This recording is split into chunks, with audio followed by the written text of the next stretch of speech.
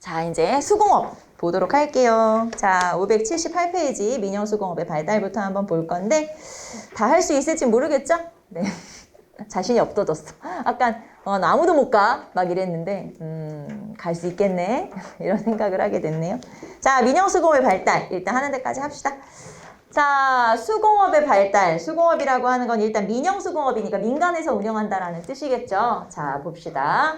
보시면 시장이 확대되고 경제가 발전했다는 얘기죠. 시장 경제가 발전을 하게 되면서 관습품의 수요가 증가하게 되고, 왜냐면 공인이 등장하고 대동법이 실시되면서 이제 공인들이 등장하고 이런 수요품이 증가하게 되고 부역제가 해이해진다. 자, 원래는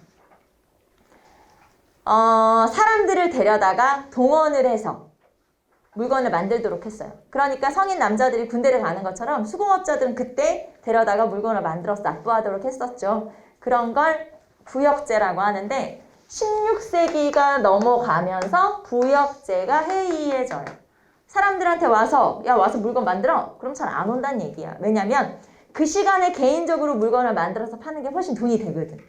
그럼 뭐하러 관청에 가서 내 노동력을 제공을 하겠어요. 그러다 보니까 부역제가 해이해지게 되고, 그래서 얘는 왜 이게 먼저 나왔지? 자, 봅시다. 그래서 관영수공업이 점점 쇠퇴하게 되고 민영수공업으로 바뀌게 되는 거죠. 자, 그럼 이제 우리가 알아야 되는 거 요거예요. 두 번째 거. 자, 봅시다. 자, 부역제가 해이해지면서 민영수공업이 성장을 하게 되는데 어떻게 성장을 하게 되냐면 납포장이 증가하게 되죠. 자, 그럼 이거부터 얘기할까요? 조선 전기는 관영수공업 중심이었어요.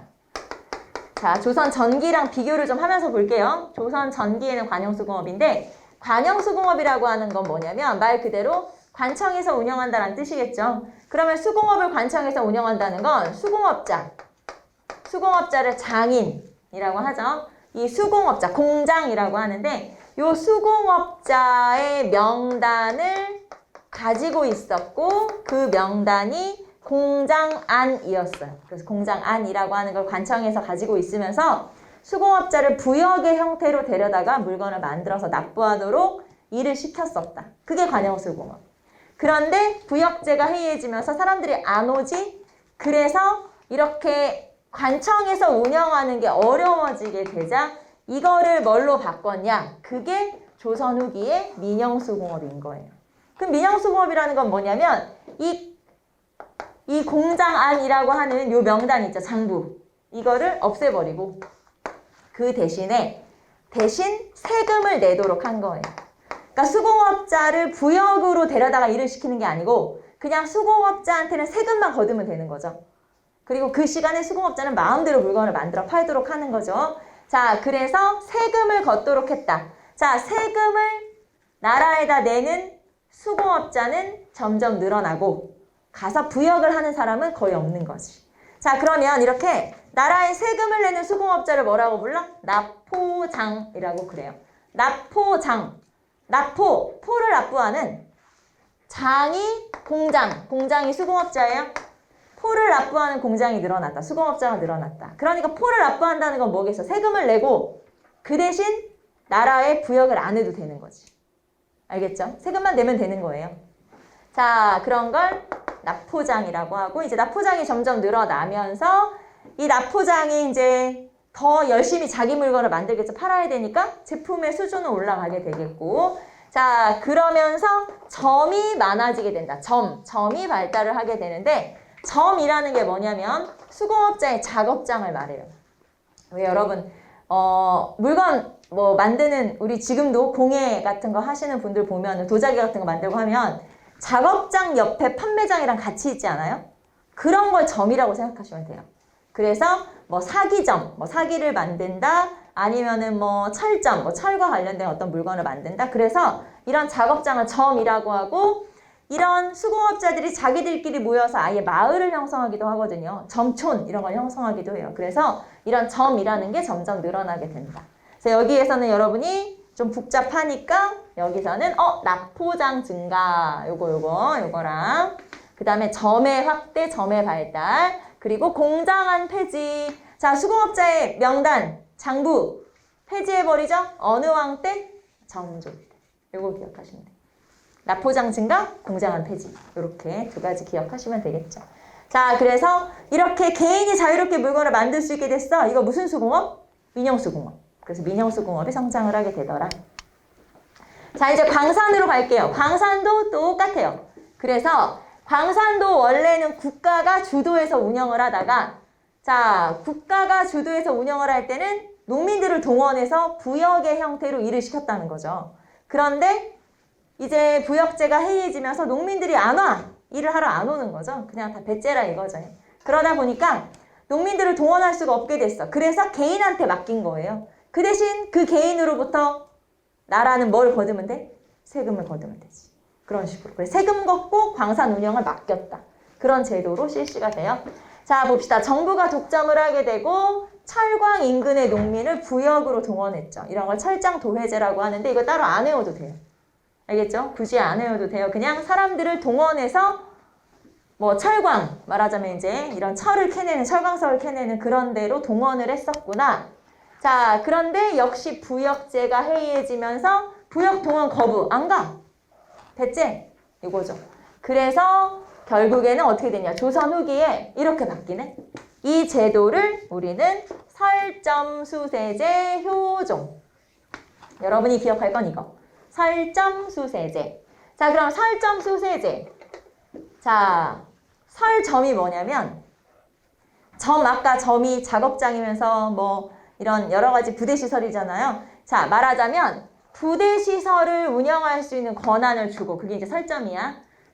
점을 세울 수 있다는 거지. 그리고 수세, 세금을 걷어. 그러니까 광산과 관련된 부대시설의 운영권을 주고 그 대신 나라는 뭐만 거두면 돼요? 세금만 거두면 되는 거야. 네, 그런 제도가 실시가 되는 거예요. 그래서 결국에는 광산 운영을 누구한테 맡긴 거야? 이제 국가가 안 하지. 누구한테 맡겼어요? 민간에게 맡긴 거야. 네, 그거예요. 간단해. 민간에게 광산 채굴을 허용한 거. 그런 걸 뭐라고 불러요? 설점수세제. 자, 그런데 그 설점수세제에서 세금을 누가 걷어가지? 에 따라서 제도가 조금씩 바뀌어요. 예를 들면 뭐 별장제, 채은관제, 수령수세제. 지금 제가 말하는 제도들이 설점수세제라는 틀 안에서 누가 세금을 거들어 와, 누가 걷어가, 어떤 권한을 줘.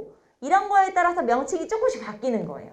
근데 우리는 그것까지 다 외울 필요는 없어. 우리 뭐만 알면 돼? 설점수세제, 효종. 요것만 알면 되는 거예요. 알겠죠? 시험에는 요것만 나오기 때문에 물론 제도들은 이렇게 달라지더라 라고 하는 거 정도만 한번 볼게요. 자, 일단 정부가 점, 아까 점, 작업장 같은 거죠. 점을 설치하고 시설, 이런 시설들을 다 설치를 하고 이것에 대해서 민간 경영을 허가하면서 세금을 걷는데 호조에서는 별장을 파견해. 그러면 세금을 별장이 걷으러 오는 거잖아요. 별장수세제가 되는 거예요. 세금을 수령이 걷어. 그러면 수령수세제가 되는 거야. 그러니까 이런 거는 명칭만 달라질 뿐이지 전부 다 제도는 똑같아. 제도는 한마디로 하면 뭐라고 하죠? 설점수세제라고 하는 거예요. 알겠죠? 그래서 그 안에서 운영하는 방식이 바뀌기 때문에 우리는 뭐만 알면 돼? 설점수세제만 알고 있으면 되는 거죠. 자, 어쨌든 이런 식으로 이제 관리를 보내서 이 별장이라고 하는 건 사실 관리라기보다는 상인이에요, 상인. 어떤 뭐 물건을 파는 상인인데 국가랑 연결되어 있는 사람을 이제 이 사람을 대신 보내는 거지. 말하자면 임시공무원 같은 거죠. 자, 그 다음에 은광 개발이 활발해지는데 청나라와 교류가 활발해지면서 은광, 은을 캐는 은광 개발이 굉장히 활발해지게 돼요. 왜냐하면 명나라와 청나라에서 화폐로 사용한 게 은이기 때문에 청나라에서는 은을 많이 요구를 하게 되고 그럼 우리나라도 은을 많이 캐게 되고 뭐 그러면서 은광 개발이 활발해지게 되죠. 자, 18세기로 넘어가면 수령수세제, 설점수세제랑 비슷하죠? 세금을 수령이 걷어. 그러면서 좀 더 자유롭게 된 거예요. 그래서 이렇게 제도는 조금씩 바뀌지만 우리는 뭐만 알면 돼? 설점수세제, 효종.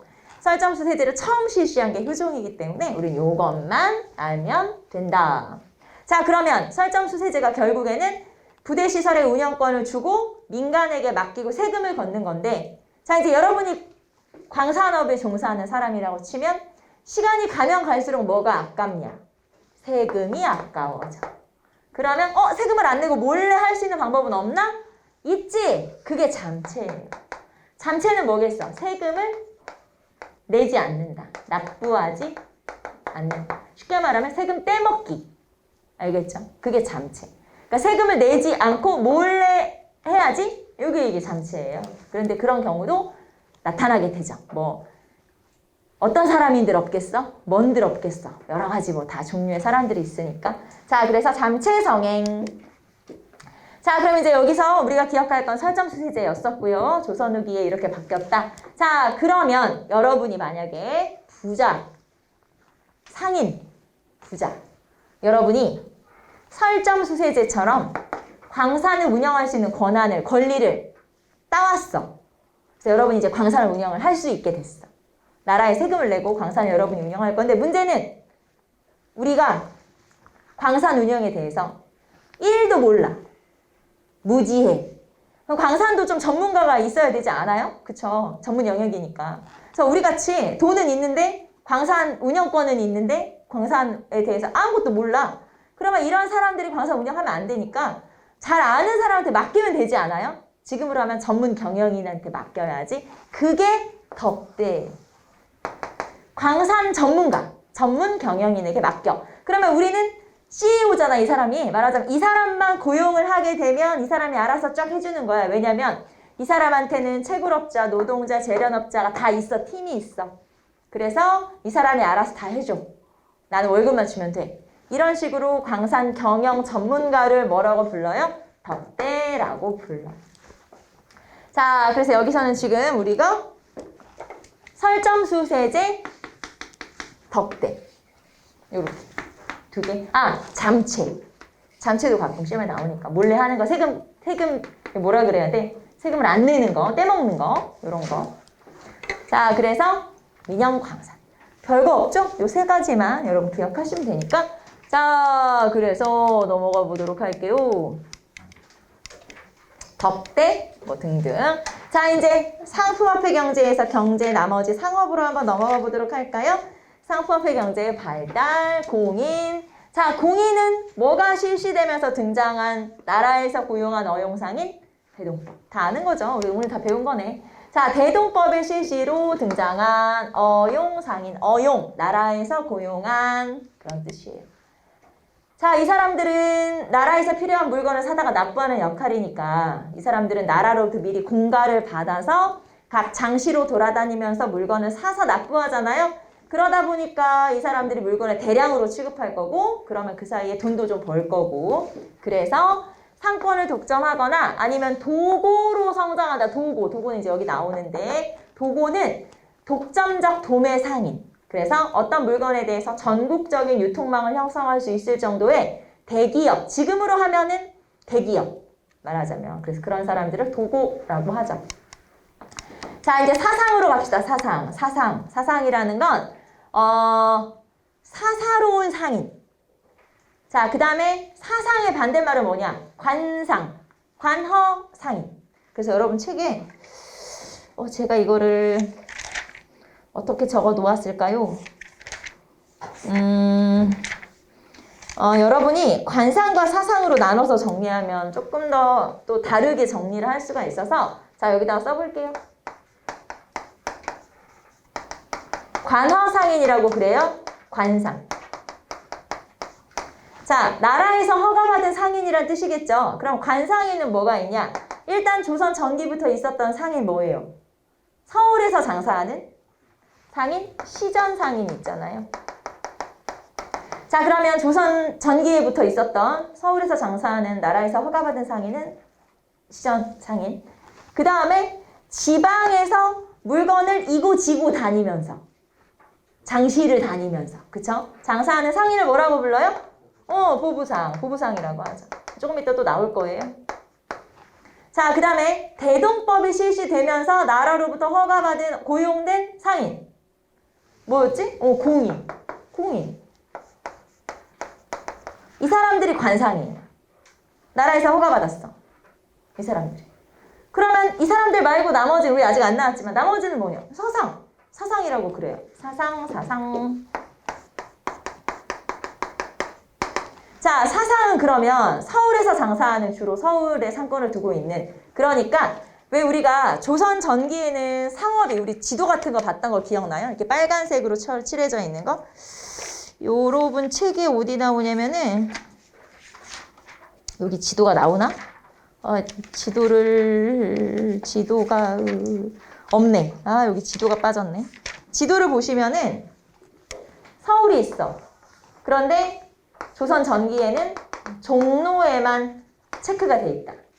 그런데 조선 후기에는 이현 7패라고 해서 지금 제가 그냥 위치는 그냥 마음대로 쓴 거예요. 이현이나 7패라고 해서 동대문, 남대문이 표시가 돼 있어요.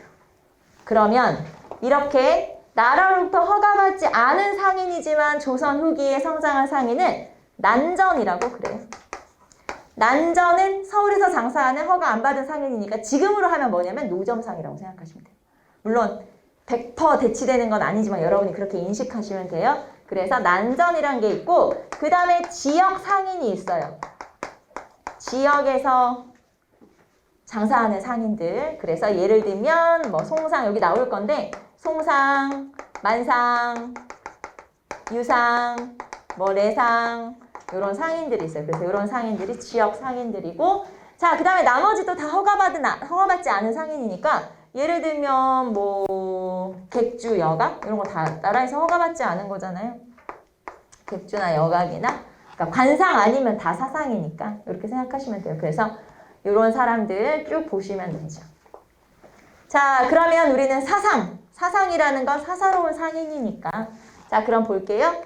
도시 근교의 농어민들이 물건을 가지고 팔기 시작하면서 이제 이런 난전으로 성장을 하게 되는 거예요. 자, 그래서 농어민이나 훈련도감의 군졸이나 자, 훈련도감의 군졸이 왜 장사를 하냐? 훈련도감의 군졸은 나라로부터 뭘 받죠? 직업군인이니까 월급. 그런데 문제는 그 월급이 너무 조금이었어. 먹고 살기가 힘들어. 그러니까 나중에 가면 훈련도감의 군졸들 중에서 우리 집에 있는 물건들을 가지고 나가서 팔기 시작하는 거예요. 근데 내가 장사를 좀 해보니까 나는 장사에 훨씬 소질이 있더라. 그럼 나는 뭘 해야 돼? 군졸 안 해야지. 장사해야지.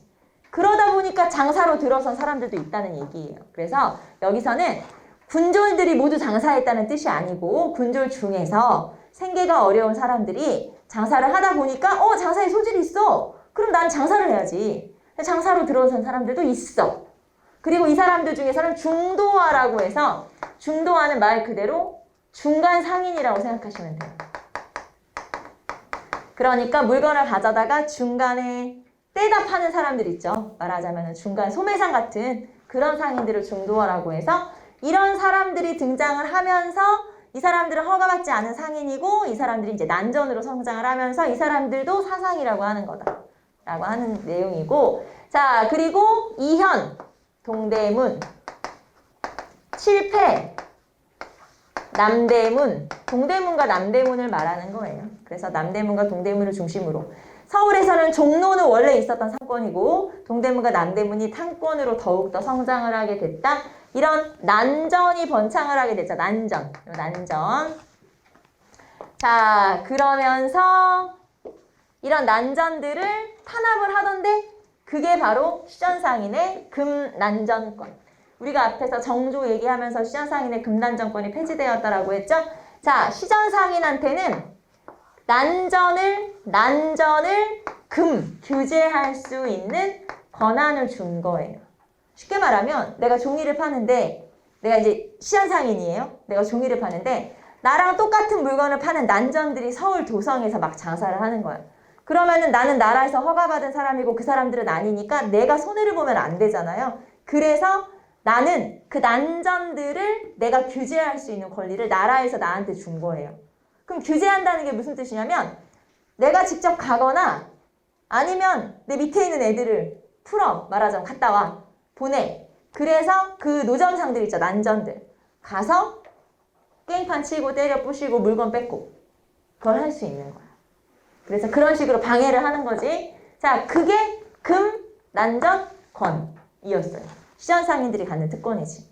근데 시간이 가면 갈수록 난전은 늘어나겠죠? 아무래도 더 상업이 발전하다 보니까. 그러면 이렇게 난전이 늘어나게 되면은 나라에서, 국가 입장에서는 시전도 내 백성이고 난전도 백성인데 난전한테만 너네가 그렇게 해라, 당해라 이럴 수는 없잖아. 그러니까 나중에는 더 이상 이게 불가능한 거죠. 난전을 계속 규제하기가 어려워지죠. 왜냐면 먹고 살아야 되니까 난전도. 그래서 요 시전상인의 금난전권을 나중에 가면 어떻게 해버려? 폐지해버려요. 이 폐지한 거를 우리는 뭐라고 했냐? 신해통공. 앞에서 우리 정조 때. 신해통공 정조. 신해통공 정조. 자, 그러면 시전상인들이 금난전권, 난전을 규제하는 권한을 없애버렸기 때문에 그 뒤로는 어떻게 돼요? 난전은 자유롭게 장사할 수 있게 된 거죠. 그래서 상업이 더 발전하게 된 거지. 물론 시전상인은 조금 손해를 볼 수밖에 없죠, 처음에는. 하지만 상업이 훨씬 더 자유로워졌다는 거. 그래서 규제가 좀 풀어지면서 상업이 훨씬 더 발전하게 된 게 금난전권을 폐지한 거죠. 그게 바로 신해통공 정조. 자, 여기 나오네. 신해통공 정조. 시전상인의 금난전권을 폐지했는데 모두 폐지한 건 아니에요. 뭘 빼고? 유기전을 빼고. 유기전에 6가지 물건을 파는 그런 상점을 말하는데 여러분이 그럼 이제 여기서 막 유기전이 뭔지 외울 필요는 없어요. 그냥 뭐 종이, 무명, 뭐 이렇게 여러 가지, 어물 뭐 이런 여러 가지 중요한 물건들을 파는 6가지 상점을 말해요. 다 외울 필요도 없어. 그래서 유기전을 제외하고. 유기전을 다른 말로 육주비전이라고도 하거든요. 그래서 혹시 육주비전이라고 나와도 뭐지 이게? 하지 마시고 그게 그거구나. 자, 유기전을 제외한 시전상인의 금난전권을 철폐했었지. 자, 그 다음에 그러면 사상은 이렇게 서울에서는 난전들이 있다 그랬고 지방은 각 지방에 좀 규모가 큰 상인들이 있어요. 그 사람들도 사상이라고 해요. 그래서 지역별로 상인들 이름을 좀 알아두시면 돼요. 자, 개성은 송상. 서울을 중심으로 강을 따라서 배를 가지고 운송업에 종사하는 경강상인. 서울, 강, 한강이겠지? 그래서 한강을 중심으로 운송업을 한다. 자, 그 다음에 의주, 만상, 개성? 평양, 유상, 동래, 내상. 동래는 부산이라고 생각하시면 돼요. 지금은 부산시 동래구. 그래서 부산. 자, 그러면 여기 만상은 의주죠. 신의주. 그러면 청나라와 가까우니까 여기는 주로 대청무역에도 참여하고 그 다음에 여기는 부산이니까 일본 가까우니까 여기서는 대일무역에도 참여하고 자, 그리고 청나라에서 가져온 거랑 일본에서 가져온 거를 중간쯤에서 중개무역을 하게 돼요. 그 중간쯤이 어디냐? 송상, 개성이에요. 그래서 개성에서 중개무역을 하기도 하죠. 자, 청나라에서 가져온 거를 그리고 일본에서 가져온 거를 중간쯤에서 교환을 한다. 중개무역을 한다. 그게 바로 송상. 그리고 송상 같은 경우는 전국적인 유통망을 가지고 있어서 이 송방이라고 하는 게 있었어요. 그러니까 지금으로 하면은 뭐냐면 전국적으로 있는 유통망 뭘까요? 지금 현재 뭐 이마트? 아니면 뭐 하이마트? 아니면 또 뭐 있어? 전자랜드? 뭐 이런 거 있잖아요. 전국적인 유통망. 아니면 뭐 백화점? 이런 것처럼 전국에 다 대리점을 가지고 있을 정도의 규모를 가지고 있는 상점이에요. 상업이라는 얘기죠. 그런 상인. 알겠죠? 그래서 전국적인 송방을 다 가지고 있었다. 그리고 또 송상하면 유명한 게 인삼이죠. 개성상인이니까 인삼이 또 유명하고. 자, 그래서 송상. 그리고 경강상인은 한강을 중심으로 운송업에 종사하는데 그러면 운송업이라는 건 배를 가지고 물건을 운반하고 원래는 나라에서 세금을 걷죠. 알죠, 여러분? 좋은 제도 있었잖아요. 세금을 원래는 국가에서 운반을 해야 되지만 나중에 조선 후기에 가면 이 경강상인에게 맡겨요. 왜냐면 나라에서 직접 운영하기가 힘드니까 아예 경강상인에게 이제 맡겨서 경강상인이 운송업을 하기도 하죠. 자, 그래서 운송업에 종사하면 그러면 배도 만들고 다룰 줄 알아야 되잖아? 조선업. 배 만드는 거 조선업이라고 하죠. 그래서 그런 것들까지 같이 담당을 하는 게 경강상인. 자, 그래서 이 상인들 중에서는 시험에 송상, 시험에 경강상인이 잘 나오는 편. 사상 중에서는. 자, 그래서 공인과 사상에 대해서 한번 설명했고, 자, 그 다음에 도고. 아까 도고 말했죠? 자, 공인이 대기업으로 성장하면 그 대기업이 도고. 사상이 그 지역 상인이었는데 전국적으로 좀 더 대규모의 상인으로 성장을 하면 도고. 그래서 도고라고 하는 건 독점적 도매상인을 말하는 거예요. 독점적 도매상인이라는 건 전국적인 유통망을 가지고 있으면서 어떤 물건에 대해서 전국적으로 독점할 수 있을 정도의 상권을 가지고 있다. 예를 들면 뭐 있을까요, 우리나라에? 휴대폰? 뭐 그런 거? 그 다음 또 뭐 있어? 휴대폰밖에 생각이 안 나네. 뭐 전기 이런 거는 뭐 국가에서 운영하는 거니까 그런 거 빼더라도 왜 대기업이 독점하는 상품들이 있잖아요. 그런 것들이 도고라고 생각하시면, 그런 상인이 도고라고 생각하시면 돼서 이 사람들이 안 팔면 전국에 없는 거야. 그 정도로 어떤 물건에 대해서 전국적인 유통망을 가지고 있으면서 전국적으로 독점이 가능할 정도의 대기업, 지금으로 하면 대기업 도고. 그래서 공인도 도고로 성장, 사상도 도고로 성장, 그 다음에 시전도 도고로 성장. 도고가 이제 제일 큰 상인이라고 생각하시면 되죠. 알겠죠? 그래서 도고까지 한번 살펴봤고, 우리는 이제 장시로 넘어갈까요? 장시는 다른 말로 하면 시장. 자, 시장이 우리나라에 처음 생긴 건 언제냐? 15세기 말이었어요. 15세기 말에 전라도 지역을 중심으로 그때 막 흉년, 막 가뭄 이런 거 들어서 자기 집안에 있는 물건들을 가지고 나와서 팔기 시작한 게 장시의 시작이고요. 16세기 중엽, 전국 확대. 18세기 중엽, 전국에 1000여 개 이상의 장시가 형성. 지금 제가 장시의 역사에 대해서 설명한 거죠. 지금 제가 얘기한 건 585페이지에 나와 있는 내용이고요. 자, 그러면 장시의 기능. 교역장소이면서 오락장소이면서 정보교환. 자, 그리고 인근 장시와 연계돼 있어서 지역의 상권을 형성하죠. 이거 여러분 이런 거 알아요? 5일장 알아요? 5일장? 5일장 들어봤어?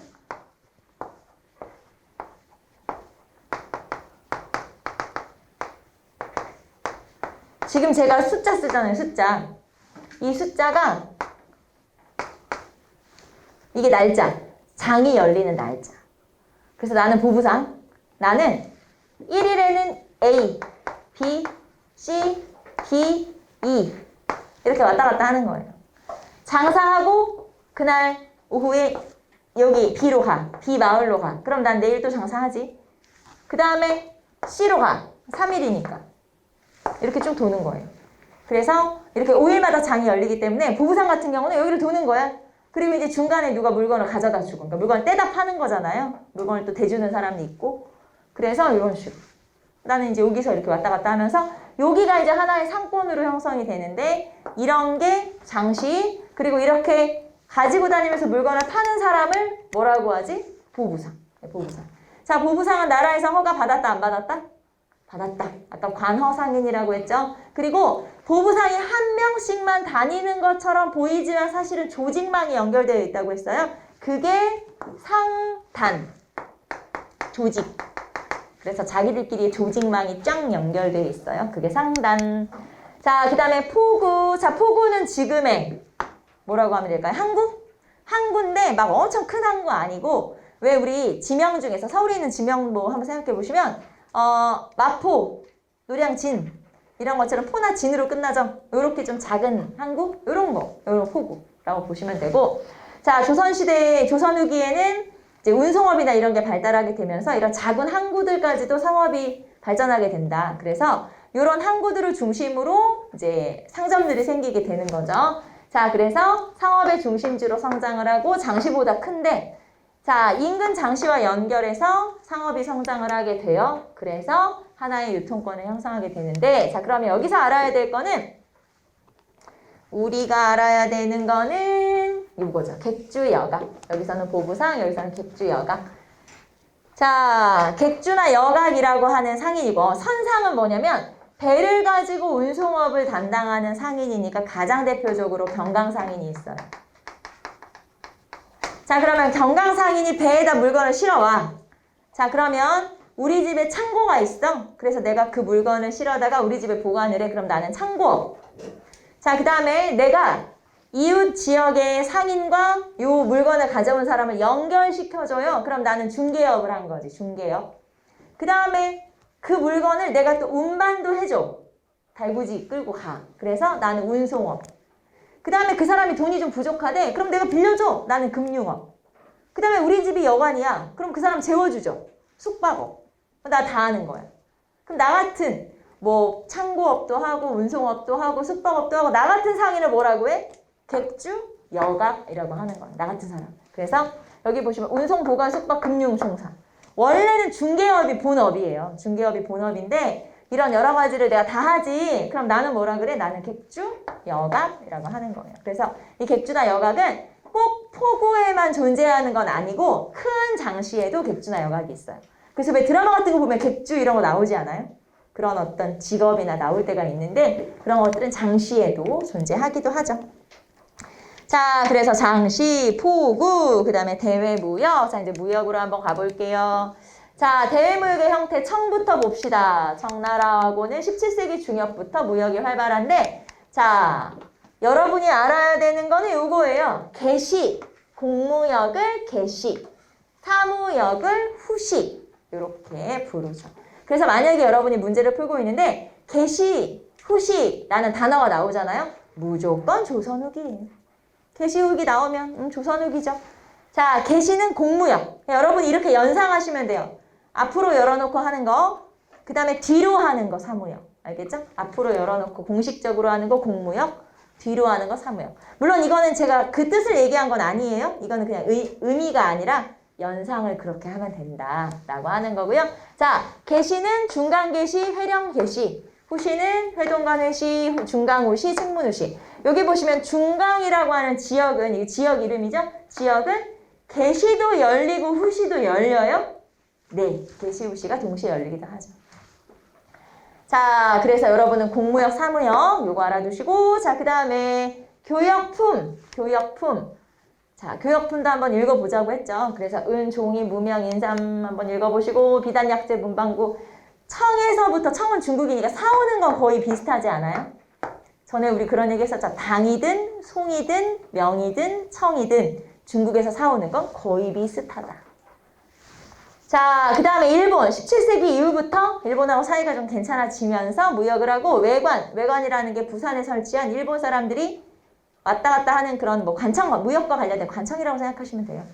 자, 그 다음에 교역품 한번 읽어보시고 은, 구리, 황, 후추 같은 건 이제 사오죠. 걔네들한테 우리가. 이런 것들은 일본에 많이 나니까. 자, 그 다음에 사상은 만상이 청나라와의 무역이죠. 대청무역. 그 다음에 내상이 일본과의 무역이죠. 대일무역. 중간에 중개를 하는 건 누구라고 했죠? 아까? 송상, 개성. 아까 그 얘기죠. 그래서 여러분 교재에 보시면은 아까 어디 나왔었지? 표가 좀 나왔었는데 어디 나왔었냐? 또 나만 못 찾고 있구나. 어디 있었어? 여기 있다. 588페이지에 대외무역의 품목과 경로에 나와 있는 게 요거죠, 요거. 자, 그 다음에 화폐로 갈게요. 대외무역의 발달은 지도니까 한번 보시고. 자, 화폐로 갑시다. 화폐, 배경. 자, 상공업이 발달. 그리고 조선 후기 가면은 이제 세금을 돈으로 내도 돼요. 그리고 지대도 돈으로 내도 돼요. 그래서 돈이 많이 쓰이게 되죠. 자, 동전, 화폐. 자, 호조에서 발행을 하게 되고 호조를 비롯한 여러 군데서 발행을 해요. 그러니까 원래는 돈이라는 건 우리 지금 우리나라처럼 우리나라 한국은행에서 돈이 발간이 되잖아요. 그럼 이렇게 돈이 한 군데서 내가 나와야 되는데 조선시대는 그런 거 없이 각 관청, 각 군영 이런 데서 막 돈을 함부로 막 만들어내서 이제 문제가 생기는 거죠. 자, 그 다음에 인조 때 상평 통보를 처음 주조한다. 이거 체크해 놓으시면 되겠네요. 여러분. 자, 인조 때 상평 통보를 최초 주조. 자, 조선 후기에 주로 쓰인 돈이 상평 통보니까 상평 통보가 처음으로 주조되고 이게 전국으로 유통이 되기 시작한 게 숙종 때. 자, 상평통보라고 하는 조선 후기에 유통된 돈이 처음 만들어진 건 인조. 자, 이게 전국으로 유통된 건 숙종. 이렇게 알아두시면 되겠고. 자, 화폐의 좋은 점은 경제가 성장하죠. 아무래도 이제 자본주의로 우리가 가까이 가고 있다고 했고. 자, 하지만 동전을 너무 함부로 발행을 했죠. 아까 여러 군데서 발행을 하죠. 그래서 문제가 뭐냐? 이런 현상이 생겨요. 그래서 여기서는 우리가 요거 알아두면 되겠네요. 전황현상, 전황. 자, 전황은 뭐냐면 전, 돈, 황, 가물다라는 한자예요. 가물 황자. 가물다. 그러니까 화폐가 말라버렸다 이 말이죠. 결국에는 화폐 부족 현상이 나타나요. 그게 전환현상. 근데 좀 이상하지 않아요? 아까 화폐를 여러 군데서 만들어낸다며. 근데 화폐는 부족한 거야. 왜? 화폐를 많이 찍어냈는데 화폐는 왜 부족하지? 화폐를 안 찍어내서 부족한 게 아니라 많이 찍어냈는데 여러 군데서 막 찍어내. 근데도 부족해. 왜냐면 이 화폐라고 하는 걸 고리대나 부를 축적하는 수단으로 사용하기 때문에 그래요. 자, 전황현상이라는 게 화폐를 고리대의 수단이나 아니면 부를 축적하는 수단으로 쓰기 때문에 화폐는 늘 부족하죠. 예를 들면 여러분이 자, 쌀 한 가마니하고 화폐 한 꾸러미하고 3년 동안 보관했다고 칩시다. 뭐 한 5년이라고 칠까요? 5년 보관했다고 칩시다. 화폐는 어떨까요? 멀쩡하지? 금속이잖아. 그대로 있어. 쌀은 5년 지나면 어떻게 될까요? 쥐가 갉아먹고 썩을 수도 있지. 그쵸? 쌀은 썩을 수도 있잖아요. 그러면 쌀은 가치가 떨어지는 거지? 근데 화폐는 그대로야. 그러면 여러분이 이제 재산을 모은다. 뭘로 모을 거야? 화폐지. 그치? 돈이지. 쌀보단 돈이 낫지 않겠어? 그리고 이 당시에는 화폐를 사람들이 많이 쓰니까 화폐가 필요해지게 되겠죠. 그래서 화폐를 재산으로 모으는 거야. 그러니까 이렇게 사람들이 재산 축적의 수단으로 사용해버리거나 그러니까 이런 거지. 화폐를 내가 갖게 되는 족족 다 우리 집에, 창고에 보관만 하는 거야. 화폐라는 게 원래 돌아야 되지 가치가 있는 거잖아요. 이 당시에는 그런 거 몰라. 조선시대 사람들은 화폐라는 거 가지고 나와서 써야 의미가 있어. 몰라. 그냥 우리 집에 보관. 차곡차곡 보관하면 이게 돈이 재산이구나 생각을 한 거죠. 그래서 부의 축적 수단이거나 아니면 이제 고리대의 수단으로 사용하기 때문에 화폐는 부족하게 되는 거죠. 그러면은 화폐가 부족해지면은 결국에 손해를 보는 사람들은 누구냐면 가난한 농민들일 수밖에 없는 게 왜냐면 화폐로 세금을 내거나 화폐로 지대를 내야 되잖아요. 그런데 우리 집에 쌀밖에 없어. 그럼 나는 이제 왜 우리 환율 뭐라고 하지? 환전 하잖아요. 환전 외국 나갈 때 그거랑 똑같아요. 자, 우리 집에 있는 돈으로 우리 집에 있는 쌀로 화폐랑 교환을 하는 거야. 그런데 화폐가 항상 부족해지니까 화폐 가치는 올라가겠죠? 그럼 나는 더 많은 쌀을 가져가야 되겠지? 그럼 농민들은 손해를 보는 거지. 그래서 점점 농민들은 이 화폐가 부족해지는 전환 현상이 일어나니까 점점 가난해지는 거예요. 그래서 이 조선 후기의 실학자 중에서는 자, 화폐가 쓸모 있어 없어? 그래서 화폐가 쓸모 없다고 생각하는 사람도 있고 아니야, 화폐는 그래도 있어야 돼 라고 생각하는 그래서 화폐가 있어야 돼 용전론이라고 하고 화폐가 없어야 돼 패전론이라고 해요. 그래서 이렇게 주장하는 실학자들이 등장을 하기도 해요. 자, 어쨌든 여기서는 전환현상, 화폐가 부족해지는 현상. 안 만들어서 부족한 게 아니에요. 많이 만들어내지만 부족한 현상이 전환현상이고 자, 그 다음에 조선 후기에는 신용화폐도 쓰기도 하죠. 신용화폐는 환이나 어음. 지금으로 하면 신용카드 같은 거죠. 아니면 무슨 페이 같은 거. 네, 무슨 페이 있잖아요. 그런 것처럼 환이나 어음. 자, 그래서 경제 한번 살펴봤고요. 여러분 교재 590페이지 보시면은 여기에 이제 역대 화폐들 한번 쭉 정리되어 있어요. 한번 쭉쭉 읽어보시고 우리는 근대 태동기 3회로 넘어가도록 할게요. 신분구조의 변화로 갑시다. 자, 신분제의 동요. 이 표는 여러분 책에 나와 있는 표인데 이거는 막 글씨가 조그만하니까 여러분이 막 너무 자세히 뜯어보려고 안 해도 되고 왜냐면 어차피 내용은 할 거니까 우리는 형태만 볼까요? 조선 전기에는 이렇게 생겼지. 정삼각형. 그러니까 아래 계층이 많다는 얘기죠. 그런데 조선 후기로 가면 역삼각형이 돼버려요. 뭐가 늘어난 거야? 양반. 그리고 상민과 노비는 줄어들었지. 그래서 여기서 알아둬야 되는 건 자, 우리가 이런 걸 뭐라고 하냐면 신분제의 동요. 동요가 무슨 뜻이냐면 흔들려 이런 뜻이거든요. 그래서 신분제도가 지금 흔들리고 있고 그 다음에 어떤 양상으로 나타나냐면 이렇게 나타나요. 양반은 증가, 상민과 노비는 감소. 심지어 노비가 어느 정도 되냐면 1%가 안 되기도 해요. 0. 몇 프로? 장난 아닌 거죠. 그러니까 엄청 심각한 거죠. 신분제 사회에서 노비가 그렇게밖에 안 된다고? 그러기도 해요. 나중에 이제 조선 후기 끝으로 가면은 0. 몇 %야. 뭐 난리가 났지 이제. 그래서 심각하구나 라고 하는 걸 알 수가 있죠. 자, 여러분 요거 알아두시면 돼요. 요거 막 글씨가 뭐 막 써있는데 요거보다는 어차피 내용은 할 거니까 형태 보시고 그 다음에 요게 신분제의 동요구나 이렇게 알아두시면 되겠고요. 자, 그러면 양반부터 봅시다. 간단해? 그러면은 신분제도가 어떻게 바뀌었냐 그런 것들을 살펴볼 건데 593페이지에 자, 양반들이 점점 증가한다고 했죠. 양반들도 증가하고 양반들 안에서도 나눠져요. 그게 양반층의 분화라고 하는데 자, 붕당정치가 변질되면서 왜 우리 앞에서 황국정치 이런 거 하면서 막 몰락 양반 나타나지 않아요? 그러면은 남인이나 소론은 몰락을 했고 남아있는 붕당은 노론 또는 노론 중에 벽파 이런 사람들은 남아있게 되니까 이렇게 붕당 정치가 심해지면서 변질되면서 몰락하는 사람이 생기는 거고 그 다음에 이제 권력을 더 많이 가진 사람이 생기는 거고 이런 식으로 분화가 되기도 하죠. 자, 그러면 양반들이 엄청 늘어났는데 양반이 이렇게 증가할 수 있었던 가장 결정적 계기는 이거죠. 임진왜란을 겪으면서 우리가 너무 재정이 어려워졌어요. 돈이 없어. 나라에 돈이 없어. 그래서 백성들한테 너네가 돈을 가져오면 그에 따른 혜택을 주겠다. 그리고 그 혜택 중에 뭐도 있었냐면 신분을 올려주겠다라는 것도 있었어요. 자, 돈을 가져오면 혜택을 줄게 납속책. 그리고 그 중에서 신분을 올려주는 제도가 있다고 했죠? 그게 공명첩. 그래서 우리가 그냥 납속과 공명첩은 돈 가져다 주면 신분을 올려주는 거구나. 그렇게 생각하시면 돼요. 자, 그래서 납속과 공명첩이 존재를 하는 거고 자, 이거는 그러면 여기까지는 이거는 합법적 방법이에요. 나라에서 허용을 했어. 합법적 방법이야. 자, 내가 이런 명예직 벼슬을 갖게 되면 나는 벼슬을 하게 된 거니까 양반이 되는 거고 그러면 나는 이제 신분을 상승하는 거고 여기까지는 합법적. 그럼 이거는 불법적 방법이죠. 그래서 합법적이든 불법적이든 어쨌든 신분을 상승할 수 있는 양반이 될 수 있는 방법이 있었다는 거지. 그래서 결론, 양반의 숫자는 어떻게 돼요? 점점점 늘어나지. 그거예요. 양반 점점 늘어나더라.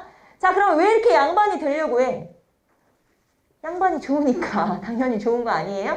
왜? 일단 군역이 면제되고 나뿐만 아니라 내 자식들까지 대대로 군역은 끝. 그 다음에 또 양반이다 하면은 양반, 그 전에 있었던 양반들한테 수탈을 덜 당할 거 아니에요. 덜 괴롭힐 거 아니야. 나도 양반이니까. 거기에다가 그 다음에 향촌에서 그래도 또 양반 정도 되면은 내가 또 큰소리 뻥뻥 칠 수 있잖아. 행세 좀 할 수 있잖아. 그런 것들 때문에 양반이 되려고 하지. 당연히. 자, 그래서 양반 증가. 자, 그러면 양반은 증가하면서 양반은 또 내부에서 나눠지잖아요. 그래서 양반은 어떻게 분화가 되냐? 자, 권력을 장악한 양반 그리고 몰락 양반 나눠지는데 권반, 권력을 장악한 양반. 다른 말로 뭐라고 하냐면 벌열 양반이라고 그래요. 자, 권력을 장악한 양반이야. 그럼 우리 아까 붕당 얘기했지. 여기에 해당하는 붕당은 뭐 노론? 그쵸? 서인 노론? 노론이죠. 자, 그러면 나머지 양반들은 몰락을 한 거지. 자, 몰락을 해서 시골로 내려갔어. 이제 시골로 내려가야지. 내려가서 그나마 훈장 정도는 할 수 있어. 아니면은 그냥 그 지방에서 행세까지는 괜찮아. 내 돈은 좀 없지만 내가 몰락은 했지만 그래도 지방에서는 좀 행세 정도는 할 수 있어. 양반. 아예 몰락을 해서 내가 몸을 움직여서 일을 하지 않으면 먹고 살 수도 없을 정도로 그냥 평민하고 똑같아. 그건 잔반. 완전 몰락 양반. 알겠죠? 잔반. 그나마 행세 정도는 할 수 있는 향반. 그래서 권력을 차지한 권반, 몰락 양반 중에서 그래도 행세를 유지할 수 있다. 향반, 완전 몰락, 거의 평민 다름없어요. 잔반. 그래서 이렇게 나눠지게 되죠. 나중에 잔반들은 사회에 불만이 많을 거 아니야. 그래서 이 사람들은 나중에 어떻게 되냐면 밀란을 주도하거나 아니면 신흥 종교를 만들거나 예를 들면 동학 같은 거 있잖아요. 그런 거 만들거나 그런 사람들은 이제 여기에 해당하는 사람들이죠. 자, 그래서 양반층의 분화. 자, 그 다음에 중인층의 신분 상승 갑시다. 자, 중인. 자, 중인 중에서 우리 아버지는 양반인데 우리 엄마가 평민이거나 천민이어서 나는 대우를 못 받아? 서얼이죠. 서얼들 같은 경우는 끊임없이 신분 상승 운동을 했는데, 자, 우리 앞에서 납속과 공명첩이 실시된 게 조선 임진왜란 이후부터잖아요. 실제로 서얼들 같은 경우도 임진왜란 이후에 이런 납속이나 공명첩을 통해서 신분 상승을 해요. 말하자면 신분 상승을 하는 경우도 있어요. 그래서 납속 공명첩으로 관직에 진출하는 경우도 있었다. 자, 그러다 보니까 이 사람들도 이제 욕심이 좀 생기는 거예요. 좀 더 좋은 자리 가고 싶잖아. 높은 자리, 좋은 자리, 중요한 자리 이런 데로 가고 싶다 보니까 이 사람들이 자신들도 청요직이라는 건 우리가 알고 있는 벼슬 중에서는 뭐 3, 4, 이조전랑 이런 아주 핵심 요직 말하는 거예요. 자, 우리도 그런 자리로 갈 수 있게 해달라. 그래서 우리도 관직 진출을 제한하는 규정을 풀어달라라고 하면서 요청을 하게 돼요. 그런 걸 통청운동 또는 소청운동. 원래 통청이나 소청은 상소를 올려서 뭔가를 요구하는 걸 말하는 거예요. 그래서 중인 중에서도 서얼들이 이런 통청운동이나 소청운동을 전개하게 되죠. 자, 그래서 결과 정조 때 규장각 검서관으로 등용이 돼요. 앞에서 제가 정조 때 규장각으로 검서관으로 등용된 사람들 이름 쓰지 않았나요? 그쵸? 한번 써볼게요. 유득공, 이덕무, 박재가, 서희수. 맞아요. 이런 사람들. 그래서 이런 사람들. 저는 그냥 그 성만 쓴 거고 이런 사람들. 나중에 유득공 다시 나옵니다. 실학장. 이덕무 다시 나와요. 실학장. 박재가 다시 나와요. 중요해. 시험 잘 나와요. 서희수가 별게 없어. 네, 서희수는 업적이 없어. 그래서 그냥 요 정도는 유득공, 이덕무, 박재가 실학자구나. 조선 후기 실학자구나. 뒤에 업적들이 하나씩 있어. 뭐가 하나씩 나올 거야. 뒤에. 자, 그래서 요렇게. 자, 그러면 정조는 규장각 검서관으로 등용을 시켜줬다는 건 핵심 요직으로 뽑았다는 거예요. 그래서 서얼에 대한 제한을 어느 정도 풀어준 거죠. 여러분 교재 보시면은 거기에 보시면 서류, 허통, 절목, 정유, 절목 이게 이제 이런 법을 발표하면서 이 서얼들도 규장각 검서관으로 등용한다. 이런 이제 법을 만들어서 발표를 하긴 했는데 우리는 그냥 뭐 법까지는 아니더라도 요 정도 알고 있어도 충분해요. 정조 때 규장각 검서관으로 등용했구나. 우리가 알아야 되는 건 정조 때구나 라는 거. 자, 그러면 이렇게 상소를 올려서 신분 상승을 좀 할 수 있게 해달라. 그 좋은 자리에 갈 수 있게 해달라라고 요청하는 통청운동이 결국에는 허용이 돼요. 그게 이거예요. 신해, 허통. 서얼에 대한 차별을 없애는데, 자, 서얼 중에서 문과에 합격한 관리들에 한해서는 이런 괜찮은 자리로 갈 수 있도록 허용을 해준 거예요. 그래서 그런 걸 신해, 허통. 자, 여러분이 헷갈리면 안 되는 게 신해, 통공이 있었지? 그건 어느 왕 때죠? 정조. 완전 다른 거야. 앞에 신해만 똑같은 거야. 그래서 신해 통공이라고 하는 건 시전상인의 금단조건 폐지한 거고 신해 허통이라고 하는 건 60년 뒤에 알죠? 이게 왜 신해가 같은 건지 60갑자가 똑같은 거잖아요. 60년 뒤인 거잖아요. 그래서 60년 뒤에 서얼에 대한 차별을 없애준 거. 완전 다른 거야. 여기서 막 신해만 보고 똑같은 거다 생각하면 안 된다 이 말이에요. 자, 그래서 철종 때 허용이 됐죠. 말하자면 이렇게 물어볼까요? 그러면 서얼의 신분 상승 운동은 성공이야, 실패야? 성공이야. 성공. 자, 그러면 얘네 성공했다. 기술직 중인도 중인이잖아요. 이 사람들이 자극을 받은 거야. 쟤네도 성공했는데 우리도 해달라고 하자. 그래서 똑같은 거래. 그게 바로 똑같은 소청운동이야. 자, 봅시다. 서얼의 신분 상승에 자극을 받아가지고 그럼 우리도 해줘라. 그러면서 역시 똑같은 통청, 소청 똑같은 거예요. 소청운동을 전개. 우리도 그런 높은 자리에 좋은 자리에 올라갈 수 있게 해주세요. 자, 하지만 결론은 뭐예요? 실패. 자, 서얼의 신분 상승 운동은 성공. 기술직 중인의 신분 상승 운동은 실패. 알겠죠? 같은 중인이라 하더라도 하나는 성공, 하나는 실패. 자, 그러면 기술직 중위는 실패는 했지만 이제 막 여기 여러분 책에 막 구구절절 나오죠. 이 사람들은 전문직으로서 어떤 그런 기술을 가지고 있고 특히 역관들 같은 경우는 통역관이죠. 외국에 왔다 갔다 하니까 여기 외래 문화 수용에 기여하면서 열심히 활동을 했었다. 그런 내용이에요. 뭐 별거 아니죠. 자, 그러면서 이런 중인들 같은 경우는 시사라고 하는 걸 조직을 했는데 시사, 지금으로 하면 시모임, 시동아리, 시동호회 이런 것들을 만들었어요. 왜냐면 나 중인이지만 우리 양반하고 별반 다를 게 없어. 우리도 양반처럼 시도 쓰고 시집도 만들고 우리도 다 해. 그런 걸 나타내기 위해서 양반들 중심의 이런 시모임을 만들었다고 생각하시면 돼요. 그게 바로 시사라고 하는 거죠. 자, 그래서 여기서는 요 정조, 규장과 검성한 등용, 철종, 신의 허통, 그리고 이게 중요하겠지? 설은 성공, 중위는 실패. 알겠죠? 기술직, 중위는 실패. 요거 잘 구별해 놓으시고. 자, 그 다음에 노비. 자, 이제 노비로 갈까요? 노비도 신분 상승을 하겠지? 자, 그래서 노비는 신분 상승을 되게 많이 해가지고 숫자가 되게 많이 줄었다고 했는데, 자, 어떻게 신분 상승을 하냐면, 군공이 뭘까요? 전쟁에 나가서 내가 공을 쌓았어. 많이 죽여가지고 공을 쌓았어. 그럼 군공이에요. 그 다음에 납속은 노비 중에도 부자들이 있잖아. 그 사람들이 이제 돈을 내고 신분을 상승하는 경우가 있어요. 자, 그래서 이런 것 등을 통해서 신분이 상승되고 그러면은 나라에서는 노비가 좀 있어줘야 여러 가지 운영을 할 텐데 그게 잘 안 되는 거죠. 그래서 이병 노비를 납공 노비로 전환하기도 해요.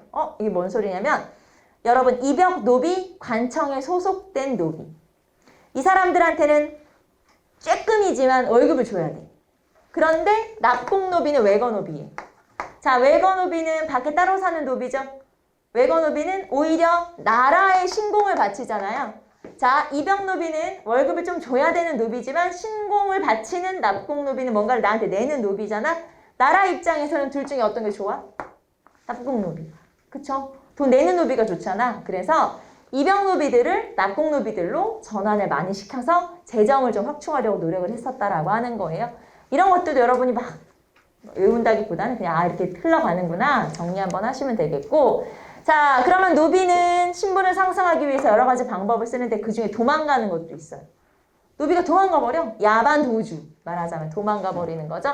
그래서 남겨진 노비들이 신공을 나머지 노비들이 그 도망간 노비의 신공까지 내야 되니까 노비들이 힘드니까 또 도망가고 그런 일이 이제 악순환이 되는 거예요. 자 그러면 노비들이 다 도망가서 안 되겠네. 대책을 세우자. 그게 바로 노비공간법, 노비추세금지. 중요하진 않아요. 자, 노비공간법. 신공을 절반 줄여주는 거예요. 하지만 별다른 소용은 없었고. 그 다음에 노비추세. 여러분 기억나요? 추세? 노비 도망가면 어떻게? 추노 알아요? 추노? 그런 추노 여러분 알긴 알아요? 너무 옛날에 나온 드라마라 가지고 여러분이 아는지 모르겠네. 추노라고 해서 노비 도망가면 잡으러 가는 사람들이 있었잖아요. 그 노비를 잡으러 가는 게 이제 아예 나라에서 정책적으로 했었다는 거지. 데려오는 거야, 다시 잡아서. 근데 나중에 정조 때 가면 이것마저도 금지하죠. 그냥 내버려 둬라. 양인으로 살게. 그런 제도를 실시했고 자, 도저히 이런 노비를 운영하기 어려우니까 결국엔 이거 우리 아까 나왔네. 그래서 체크 한번 해볼까요? 자, 공노비 해방 어느 왕 때? 순조. 자, 그럼 이렇게 물어볼까요? 공노비가 해방됐지, 순조 때.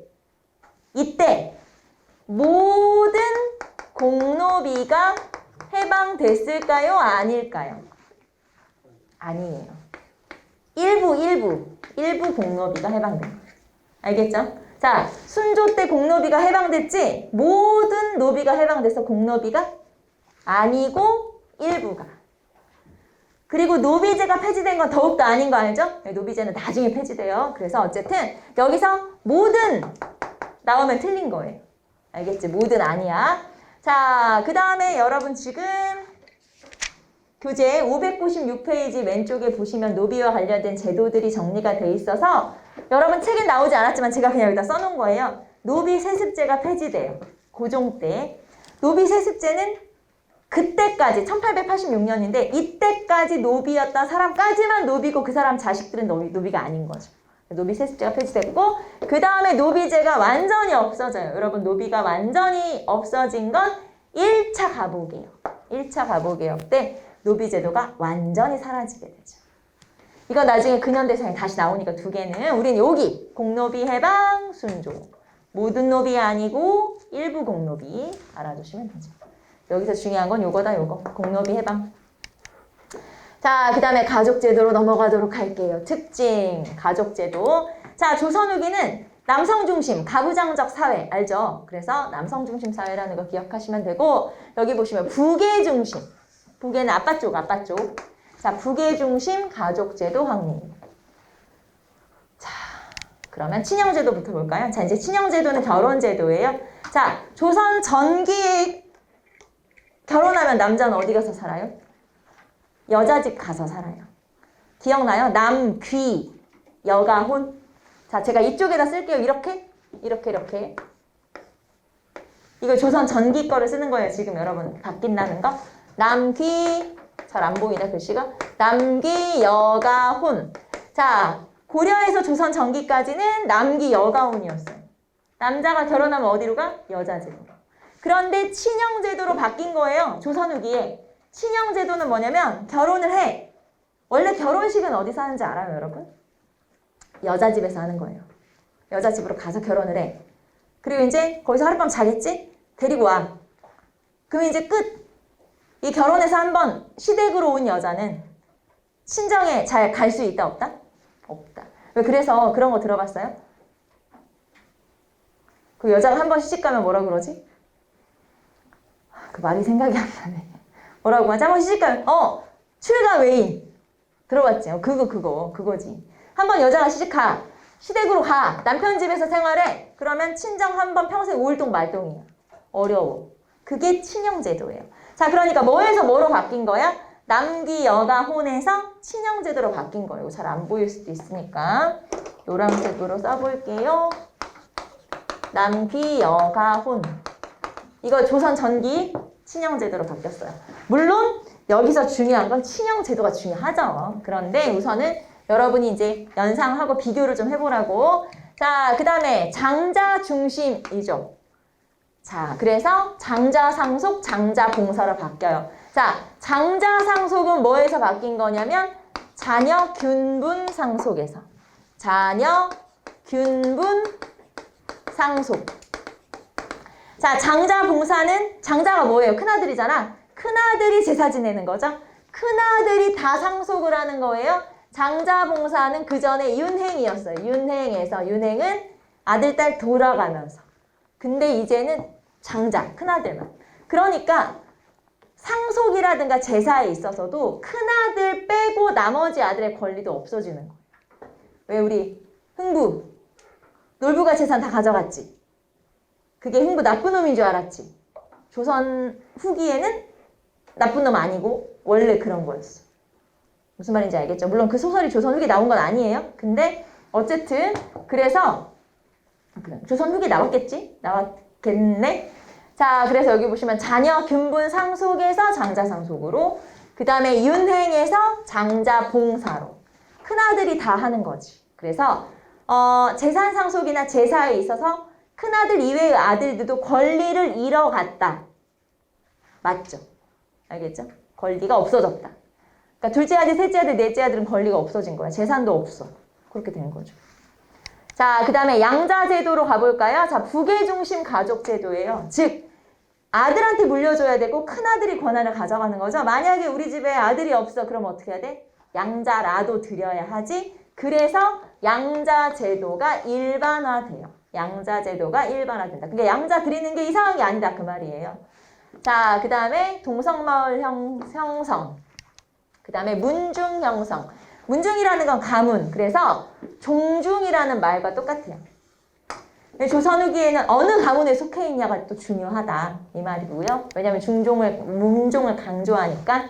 자, 그 다음에 족보편찬. 17세기 이후에 족보편찬이 활발해지는데 여기 보시면 선남 후녀 기록 무슨 뜻일까요? 선남 후녀 기록. 선남, 남자 먼저 기록하고 나중에 여자를 기록한다. 그러니까 딸이 큰딸이어도 상관없어. 일단 아들부터 기록을 다 한 다음에 딸들은 마지막에 아니면 아예 안 하거나. 자, 그러면 조선 전기에는 어떻게 했어요? 출생순 기록이었지. 그런데 이제는 아들 먼저. 자, 그 다음에 서얼차변. 자, 고려시대는 또 조선 전기. 자, 일단 서얼차별 봅시다. 서얼은 문과 응시가 금지되어 있죠. 자, 그럼 서얼차별이 나타난 건 언제부터? 조선 전기부터. 고려시대는 없어. 하지만 조선 전기부터는 있었지. 그래서 서얼차별은 조선 전기부터는 쭉 등장하는 이런 개념이다. 자, 그래서 이런 식으로 나타나죠. 자, 친형제도, 그리고 장자상속, 장자봉사, 그리고 양자일반화, 문중, 이런 것들 체크하시면 되겠네요. 자, 그래서 조선 전기와 달라진 점을 좀 체크하시면 되겠고, 자, 그 다음에 598페이지로 한번 넘겨보세요. 인구의 변동, 이거는 여러분이 읽어보시는 걸로. 자, 인구는 조선 후기로 갈수록 점점 어떻게 됐을까요? 늘어나. 무조건 늘어나지. 당연히. 그래서 여기 보시면 인구조사, 호구조사 이런 거 나와 있는데, 자, 일단 호적대장은 호구대장이죠. 호적대장은 몇 년에 한 번 작성. 이것만 체크할까요? 여러분 책에 몇 년에 한 번? 3년에 한 번. 그래서 거기 보시면 3년마다 수정. 그래서 나머지 내용들은 한번 읽어보시고요. 그리고 인구는 당연히 늘어나. 점점 늘어나. 그래서 인구는 점점 늘어난다. 서울의 인구가 20만 명이었대요. 그래서 엄청 늘어났구나 라는 걸 알 수 있고요. 그 다음에 한 장 넘겨보시면 향촌사회의 변모 한번 넘겨볼게요. 향촌사회의 변모 보시면, 자, 향촌사회의 변모에서 양반의 권위 약화 이렇게 나와 있죠. 한번 볼게요.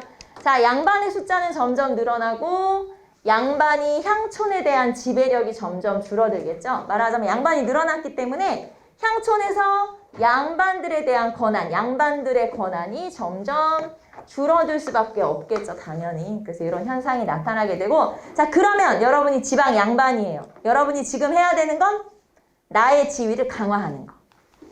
사족은 지위를 강화하기 위한 노력을 해야지. 자, 그러면 사족의 지위 향상 노력이 뭐냐? 여러분 600페이지에 나와 있는 거예요. 첫 번째, 족보 편찬. 족보를 편찬해서 우리 집안이, 야, 우리 집안이 이 정도 되잖아 라는 걸 자랑해야 되고, 두 번째, 청금록이나 향안을 작성하죠. 청금록이라는 건 푸른 비단으로 쌓인 뭐 책이라는 뜻이니까 학교 출판사, 아니 출판사? 출석부, 학교 출석부, 학생 명단이라고 보시면 되고, 예를 들면은 성균관 명단, 향교 명단, 이런 학생 명단을 청금록이라고 그래요. 향안은 향촌의 사림의 명단, 향촌 사림의 명단. 자, 그 다음에 동약을 실시한다. 동약. 자, 원래 향약이란 게 있죠. 향약. 향약은 군현을 단위로 하는 넓은 범위의 향약이에요. 동약은 촌락을 단위로 하는 향약이에요. 이게 뭔 소리냐면 이런 거예요. 향약은 범위가 넓어. 군이나 현이야. 그러니까 거기에 가서 내가 양반입네 하면서 뭔가를 좀 하려고 껴도 나는 이미 권위가 약화됐기 때문에, 그러니까 나를 안 알아줘. 나는 이제 이미 좀 권위가 줄어들었으니까. 그런데 우리 동네를 중심으로 내가 뭔가를 한다고 하지? 그럼 우리 동네에선 내가 아직 먹어줘. 쉽게 말하면 나를 알아줘, 사람들이. 그래서 나는 이런 넓은 단위의 향약에 참여하는 게 아니라 우리 동네에서 조그맣게 향약을 운영하는 거야. 향약이라는 건 양반 중심의 조직이잖아요. 그래서 군현 단위에 가면은 내 말빨이 줄어드니까 조그맣게 해야지. 그게 바로 동약. 자, 그 다음에 서원은 학교, 사후는 사당. 서원과 사후를 만들면서 우리 집안을 좀 자랑하는 거죠. 그래서 집안을 자랑하면서 권위를 높이려고 했고, 그 다음에 동성마을. 동성마을은 우리 성씨끼리 같이 어울려 사는 거죠. 왜? 우리끼리 뭉쳐서 힘을 좀 키워보려고. 그래서 양반들, 사족은 양반이죠. 양반들이 우리 지역에서 나름대로 세력을 좀 떨치는 방법이 이런 것들이었어요. 자, 그런데 우리 지역에 새로운 양반이 등장을 한 거예요. 여러분, 새로운 양반을 뭐라고 하죠? 원래는 부자 농민이었는데 양반이 된 사람들 말 그대로 분홍이라고 하죠. 자, 그러면 분홍층이 성장해서 이 사람들이 양반이 돼서 내가 해야 되는 권리들을 이제 얘네가 뺏어간 거지. 쉽게 말하면. 그래서 자, 분홍들이 신분 상승을 해가지고 향촌을 지배하기 시작했네. 원래 그 네 자리잖아. 근데 얘네들이 하기 시작한 거고요. 자, 그래서 정부의 어떤 세금 걷는 제도에 적극 참여, 왜냐면 돈이 많으니까 세금 걷는 제도에 적극 참여하면서 수령과 친하게 지내면서 수령이 눈에 좀 들으려고 하면서 이런 식으로 나타나는 거죠. 그래서 나중에는 아예 향직, 그러니까 이제 향촌에서의 어떤 직책들이 있잖아요. 뭐 좌수별감 이런 것부터 시작해서 뭐 약정, 도약정 이런 거 있잖아요. 그런 것들을 하게 되면서 향회, 양반들의 총회를 장악하기도 하더라. 그러니까 분홍층이 성장했다는 얘기고, 자, 결과 분홍층이 성장해서 관권이 강화되었다. 자, 여기서 중요한 거는 이거예요. 관권의 강화. 자, 양반들이에요. 우리 마을에서 가장 힘센 게 누구야? 수령이야. 예전에는 우리 마을에서 가장 힘센 게 누구야? 나야. 사림이야, 사림. 그런데 이제 바뀌었어. 왜냐면 이 향촌에 대한 지배력이 수령이 더 강화됐거든요. 자, 조선 후기에는 예를 들면 정조 때 수령의 권한을 강화시켜주는 법령을 만들고 했기 때문에 수령이 훨씬 더 권한이 강화돼요. 그래서 자, 이 분홍층도 수령한테 잘 보이려고 하고 사족, 양반들도 잘 보이려고 하고 결국에는 서로 잘 보이려고 하고 뇌물도 주고 선물도 주고 막 이러다 보니까 결국 우리 마을에서 힘 세지는 사람은 누구? 수령. 그리고 수령 밑에서 행정 실무를 담당하는 향리. 그러니까 이런 거죠. 양반들끼리 서로 향촌을 지배하려고 경쟁을 하는 사이에 결국은 힘 세지는 건 누구밖에 없어? 관권, 수령, 향리. 결국에는 수령과 향리가 힘이 세지더라.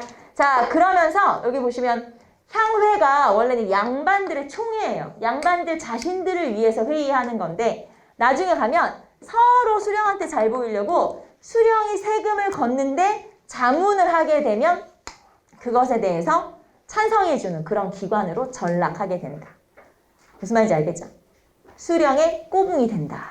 이런 뜻이겠죠. 그래서 이렇게 정리하시면 되겠고, 자, 그러면 이렇게 사족과 분홍이 서로 향촌에서의 영향력을 위해서 경쟁을 하겠네? 이런 걸 한마디로 뭐라고 해? 향전. 전쟁. 누구랑 싸워? 원래 사족인 양반 구향이라고 그래요. 원래 있었던 양반. 자, 새로 등장한 분홍을 뭐라고 해? 신향. 그래서 자, 구향과 신향이 막 싸우던데 신향이 분홍, 원래 양반이 구향. 그래서 서로 향촌에서의 영향력을 키우기 위해서 막막 싸우더라. 그걸 향전이라고 그래요. 자, 그러면 향전의 결과 누구만 힘 세죠? 아까 나왔네. 누구만 힘 세지지? 수령-향리. 결국에는 수령-향리만 힘이 세지고, 그러면 수령과 향리가 힘이 세졌어. 그러면 우리 마을을 열심히 다스리겠어? 백성을 수탈하겠어? 백성을 수탈하겠죠. 그래서 결국에는 탐관오리들이 되는 거지. 그렇게 되는 거예요. 그래서 이렇게 향촌에서의 영향력이 점점 수령과 향리가 세지다 보니까 결국에는 그거에 대한 피해는 백성들이 입게 되는 거예요. 왜냐하면 수탈 당하니까. 그래서 그런 식으로 나타나게 된다. 자, 여러분 601페이지 보시면은 수탈의 심화라고 나와 있죠. 그래서 수탈의 심화까지 한번 정리를 해보시면 되겠고, 자, 다음 시간에 요 끝에 마무리하고 그리고 2권까지 같이 준비해 오시면 되겠죠. 복습도 꼭 하시고 우리는 또 다음 주에 건강하게 만나도록 합시다. 자, 오늘은 여기까지 할게요. 수고하셨습니다.